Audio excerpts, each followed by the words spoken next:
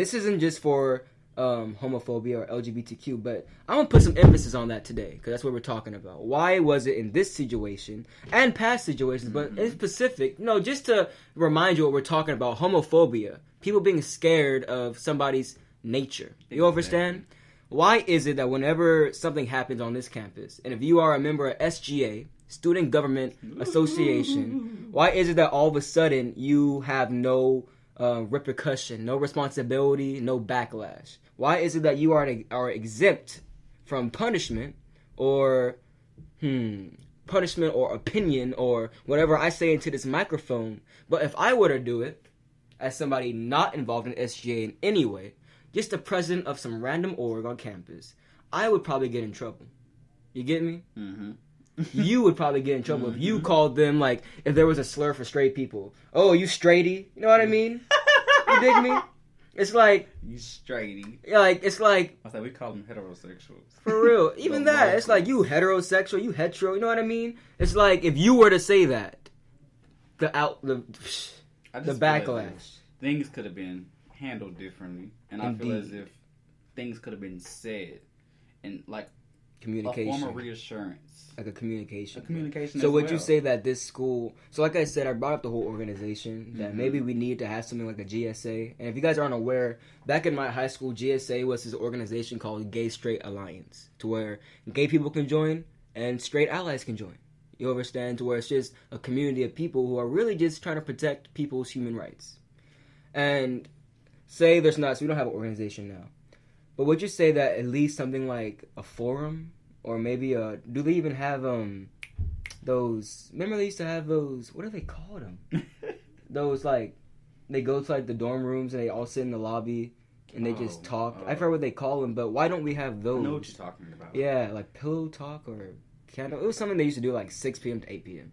But they'd go and they talk about like sex education or talk about how to get a blue book, how to like walk campus, what is Pretty Wednesday, like just things where people can come to feel like a family, to feel connected, and just to get useful information. That's true. So I feel like if I were a part of your community, if there's no organization, the school, not even like, this isn't even the responsibility of students. And to be honest, the organization shouldn't be the responsibility of the students, because I believe it is in the school's rule book or handbook and on every single teacher's syllabus about discrimination towards sexuality. So technically, the school, y'all need to get on that. There needs to be some type of GSA, Southern funded, because say something happened to you, where do you go? That's true. But that's even in the real world. If something happened to us, nobody's going to listen to us. Nobody's going to listen to the community. We have to take it upon ourselves. We have to band together to fight for what we want. Mm-hmm. But let alone on campus, I feel as if there should be one, and there's going to be one. But it will help with people finding themselves. It will help with confusing questions. It will help with HIV and STD awareness. That's also very true. And how do you feel about people who stereotype LGBTQ plus about HIV and STDs? And it's funny. There's Monte, somebody who you go to him with anger and he laugh in your face. He's like, you just have to laugh at it. He ain't gonna let you get to you. Y'all, I'm get to him. Because let alone your thoughts is just as powerful as mine. That's true. Words are spells. That's why it's called spelling. Let's get it right. Y'all gotta break these words down sometimes. Please. Continue. But it's just, I don't know. I just want to let you get to me. But you just have to learn to laugh stuff off. I see that. I think that's such a very real issue. Like, if something were to happen to you, because I feel like if there was an organization here, at least on campus, because say if it's student ran, students really can't do anything, to be real. If like say something were to happen and then you go and you tell the president probably would be powerless in the situation. But at least you have a community and an organization that is organized. Right. You know what I mean? Like, yeah, there's a community now, but there's no organization. Exactly. And that's the same issue within the whole black community. Like, yeah, we a big black community. Yeah, we all want to get up economically, but we're not organized at all as a nation of people. So when we downscale that just to LGBTQ plus black people, since that's what we're talking about, I don't see, from an outside looking in, any organization within that. At least here at Southern. I can't speak for the entire community because I don't know what they have. But I want to go, like I said, I don't like saying back, but we're going to go forward to it. We're going to go forward. Because now I want to get in, because we don't have that much time. About so fast. Yeah, people, and also remember, people listening, this is going to be probably a 3-part interview. I'm going to interview one other person, then I'm going to try and get them into the room at the same time and just have this big conversation. But with the little 9 minutes and 30 seconds we got now, I just want to go back to when I was talking about the whole religious thing. Mm-hmm. People who are, oh, I'm fine with it, doesn't matter. Then you have the people who are super religious who are like, oh my God. Then you got people like me who are like, all right, Rastafari said, man, woman, child, that's life. What do you say? Like, what are your words, Charles? First, what's your statement to that? As in, like, how do you feel? How does that make you feel when you hear people who are trying to just dismiss you and dismiss your truth just because of their reality? You know what I mean? Just because of not even their reality, just because of what they believe is their reality and their belief system.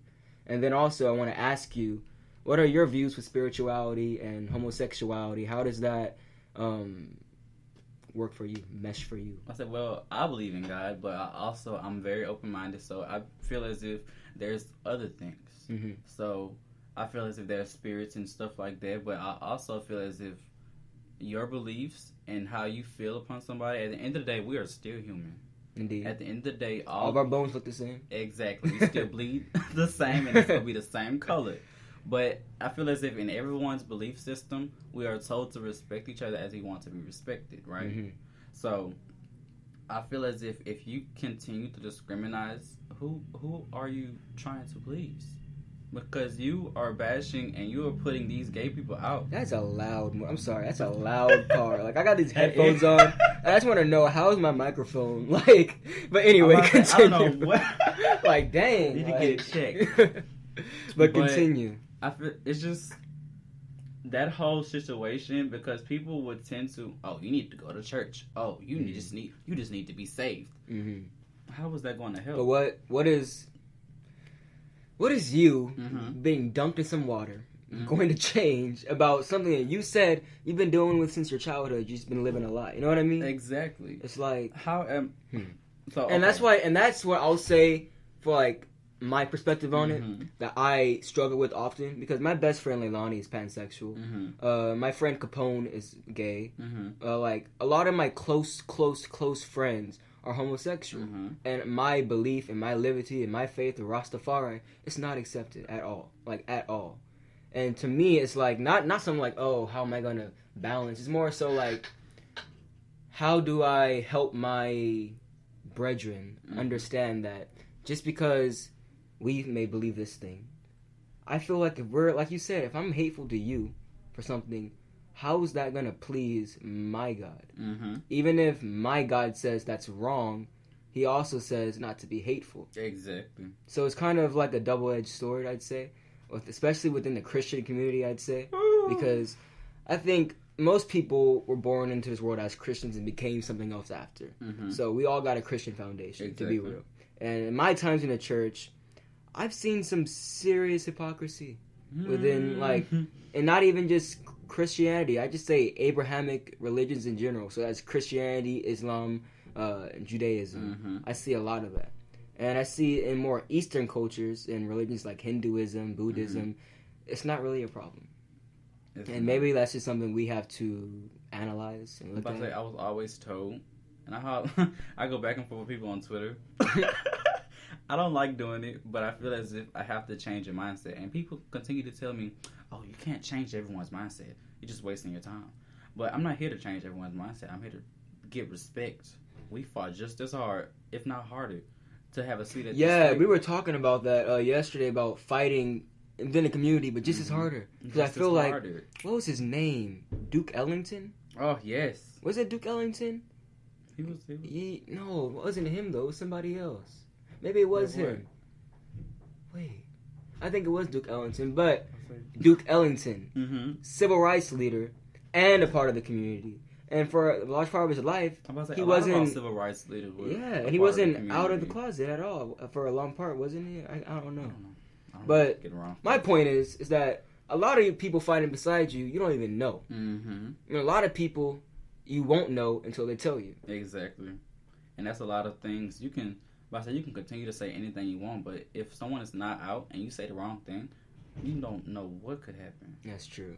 And because we're running low on time, just to be like as our like home run stretch of this podcast, what is the message you want to say to the people on Southern University's campus specifically?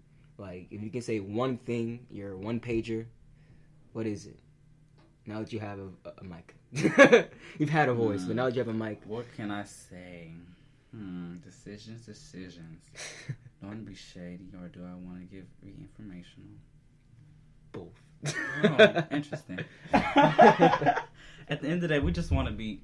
You don't have to accept us. We're not here to be accepted. We're here to be respected, though. And you're going to respect us. Because at the end of the day, we're still humans. And 9 times out of 10, if you're homophobic, you're going to have a gay child.